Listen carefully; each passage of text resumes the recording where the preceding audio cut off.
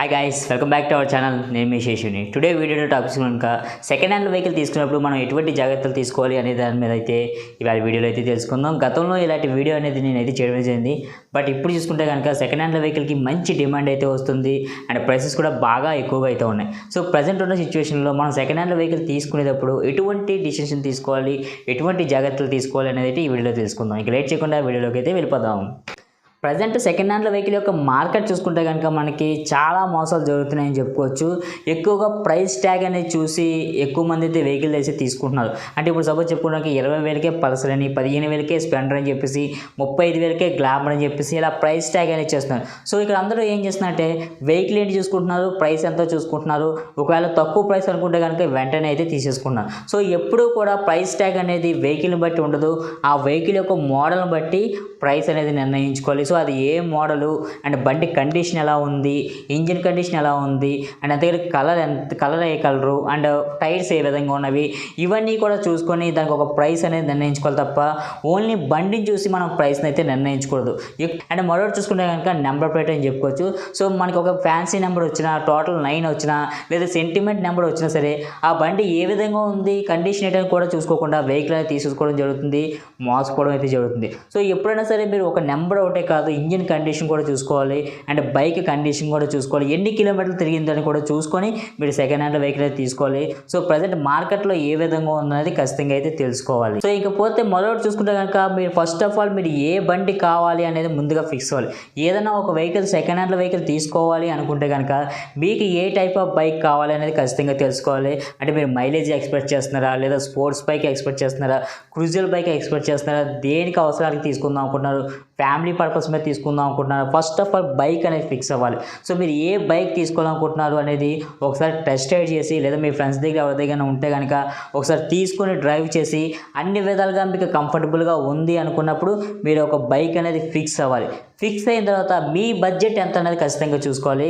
So మీ budget suppose 50,000, 40,000 లేదా 60,000 లేదా 70,000 finance అయినా క్యాష్ అయినా సరే మీరు ఈ బడ్జెట్ ఎంత పెట్టుకుంటున్నారు అనేది కూడా ఖచ్చితంగా లెక్కేసుకోవాలి.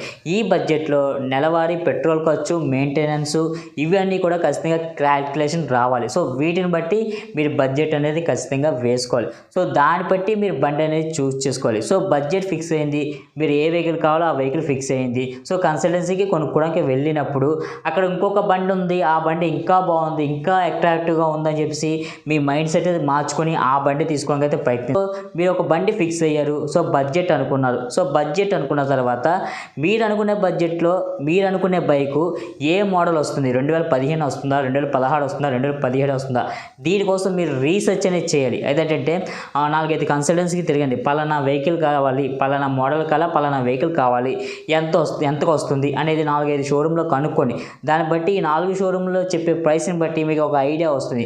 అలాగే మెకానికల్ దగ్గరికి వెళ్ళండి, నాకు పలానా బైక్ పలానా మోడల్ నాకు కావాలి, ఇది ఎంతకు వస్తుంది, ఏ ప్రైస్లో వస్తుంది, అదే లేదా నేను పలానా వెహికల్ నా దగ్గర ఉంది అంటే మీ దగ్గర వెహికల్ లేదు కానీ అమ్మేస్తానని ఒక విషయం చెప్పండి. దాన్ని బట్టి మీ ఒరిజినల్ ప్రైస్ అనేది తెలుస్తుంది.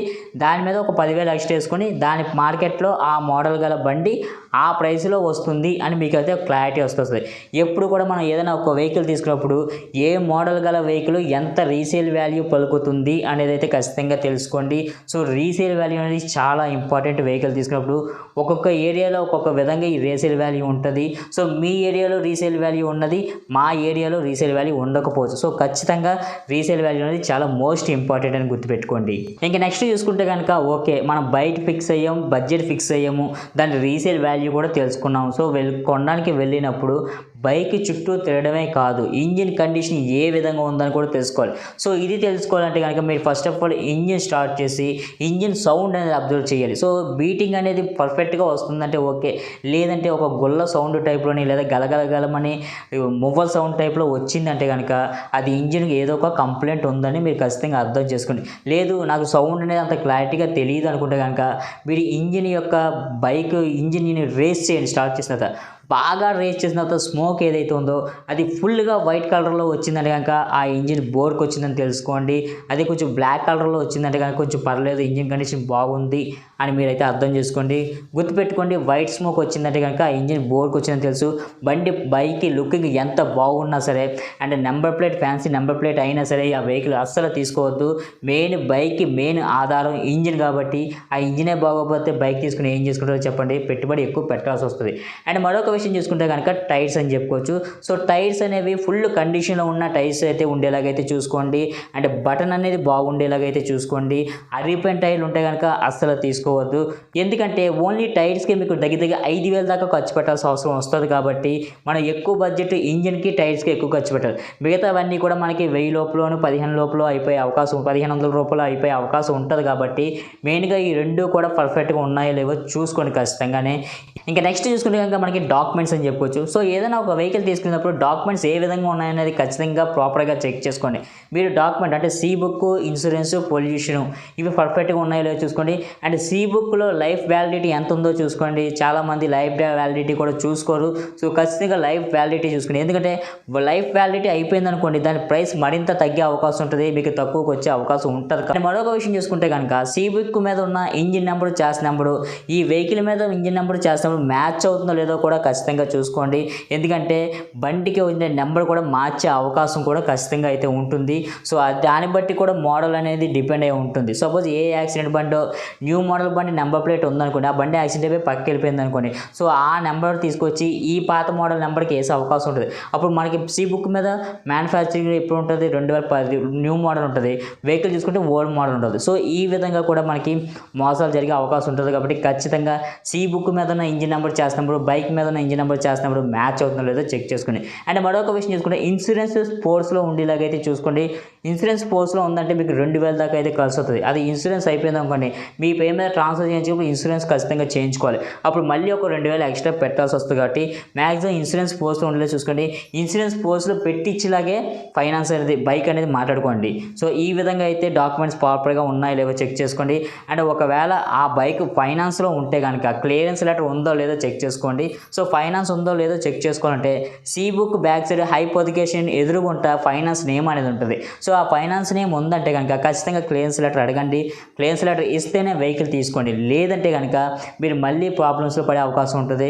ఫైనాన్స్ క్లియర్ అవ్వలేదనో లేదా ఓడీలు కట్టాలనో ఇంకా బ్యాలెన్స్ ఉందని చెప్పి మళ్ళీ ఫైనాన్స్కి మన అమౌంట్ అనేది కట్టాల్సి వస్తుంది. సో ఇది కూడా మీరు ఖచ్చితంగా అయితే గుర్తుపెట్టుకొని వెహికల్ అనేది తీసుకోవడానికి ట్రై చేయండి. ఇంకా మరొక విషయం చూసుకుంటే కనుక మనం ఏదైనా ఒక వెహికల్ తీసుకుంటున్నామంటే కొత్త వెహికల్ ప్రైస్ కన్నా 60% లోపల ఉంటే కనుక మీరు ఖచ్చితంగా తీసుకోవాలి. సో ఇది మీకు క్లియర్గా అర్థం అవ్వాలంటే మీరు ఒక వెహికల్ సెలెక్ట్ చేసుకున్నారు, ఆ వెహికల్ తీసుకోవాలనుకుంటారు. సో ఆ వెహికల్ కొత్త చూసుకుంటే ₹1,00,000 ఉందా అనుకుంటారు. సో మీరు అనుకునే బడ్జెట్ ఒక 50,000 60,000 అనుకుందాం, అది ఫైనాన్స్ చేయించుకోవాలి అనుకుంటున్నారు. సో అప్పుడు మీరు తీసుకోవచ్చు. 50,000 60,000 కాబట్టి మీరు సెకండ్ హ్యాండ్ వెహికల్ తీసుకోవచ్చు. అదే మీరు తీసుకోవాలనుకున్న కొత్త వెహికల్ ₹1,00,000 ఉండి సెకండ్ హ్యాండ్లో వెహికల్ ఒక 80,000లోని 70,000 తీసుకుందాం అనుకుంటే కనుక మీరు కొత్త వెహికల్కే వెళ్ళడం చాలా వరకు మంచిది.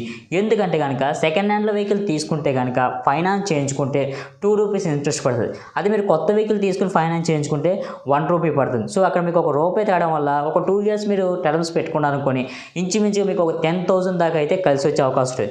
అండ్ అంతేకాకుండా కొత్త వెహికల్ అయితే తీసుకుంటే కనుక వారంటీస్ సర్వీసెస్ ఫ్రీగా ఉంటాయి. అండ్ ఎటువంటి మనకి రిపేర్స్ ఉండవు, ఎటువంటి రిపేర్స్ రావు. కాబట్టి మీకు మెయింటెనెన్స్ అనేది కూడా పెద్దగా డిఫరెన్స్ అయితే ఏముండదు. అదే సెకండ్ హ్యాండ్ వెహికల్ తీసుకుంటే కనుక మీకు ఖచ్చితంగా మనం అప్పుడప్పుడు రిపేర్ చేయిస్తూ ఉండాలి. రెగ్యులర్గా రిపేర్ వస్తూ ఉంటుంది, మనం రిపేర్ చేయిస్తూ ఉండాలి. వాటికి కూడా ఛార్జెస్ మనం కట్టాల్సి వస్తుంది. సో సర్వీసింగ్ ఇక్కడ ఫ్రీ వస్తుంది, ఇక్కడ మనకి లాస్ వస్తుంది. కాబట్టి మీరు ఒక 60,000 అండ్ అంతేకాకుండా ₹1,00,000 కొత్త వెహికల్ అనుకుంటే కనుక 60,000 50,000 లోపల అయితే సెకండ్ హ్యాండ్ తీసుకోండి. అంతకు మించి దాటితే కనుక ఖచ్చితంగా కొత్త వెహికల్ తీసుకోవడానికి అయితే ప్రయత్నించండి. అది ఫైనాన్స్ చేయించుకునే వాళ్ళు మాత్రమే. అదే మీరు క్యాష్ తీసుకోవాలనుకున్నారు అనుకోండి, మీరు ఏది తీసుకున్నా సరే, మీరు సెకండ్ హ్యాండ్ తీసుకున్నా కొత్తది తీసుకున్నా ఒకే రకంగా అయితే మీకైతే ఉంటుంది. కాబట్టి ముఖ్యంగా ఫైనాన్స్ తీసుకునే వాళ్ళైతే ఇదైతే ఫాలో అవ్వండి. సో ఇది ఫ్రెండ్స్ ఇవాళ వీడియో అయితే. సో సెకండ్ హ్యాండ్ వెహికల్ తీసుకోవాలి అనుకున్నప్పుడు ఎటువంటి పాయింట్స్ గుర్తుపెట్టుకోవాలనేది మీకు క్లియర్గా అర్థమైంది అనుకుంటాను. సో ఒకవేళ అర్థం కాకపోతే కనుక కింద కామెంట్ అయితే చేయండి, మీకు ఇంకా క్లారిటీగా అయితే నేనైతే కామెంట్ అయితే చేస్తాను. సో ఇది ఫ్రెండ్స్ ఇవాళ వీడియో అయితే. ఈ వీడియో కనుక నచ్చితే కనుక ఖచ్చితంగా లైక్ అయితే చేయండి. అలాంటి మరిన్ని వీడియోల కోసం మన ఛానల్ అయితే సబ్స్క్రైబ్ అయితే చేసుకోండి. అండ్ అండ్ మీకు కొంచెం టైం ఉందనుకుంటే ఈ వీడియోని మీ ఫ్రెండ్స్ అండ్ ఫ్యామిలీ మెంబర్స్కి షేర్ అయితే చేయండి. మరొక వీడియోతో మళ్ళీ కలుస్తాను. అంతవరకు see you, bye bye, safe drive, be happy.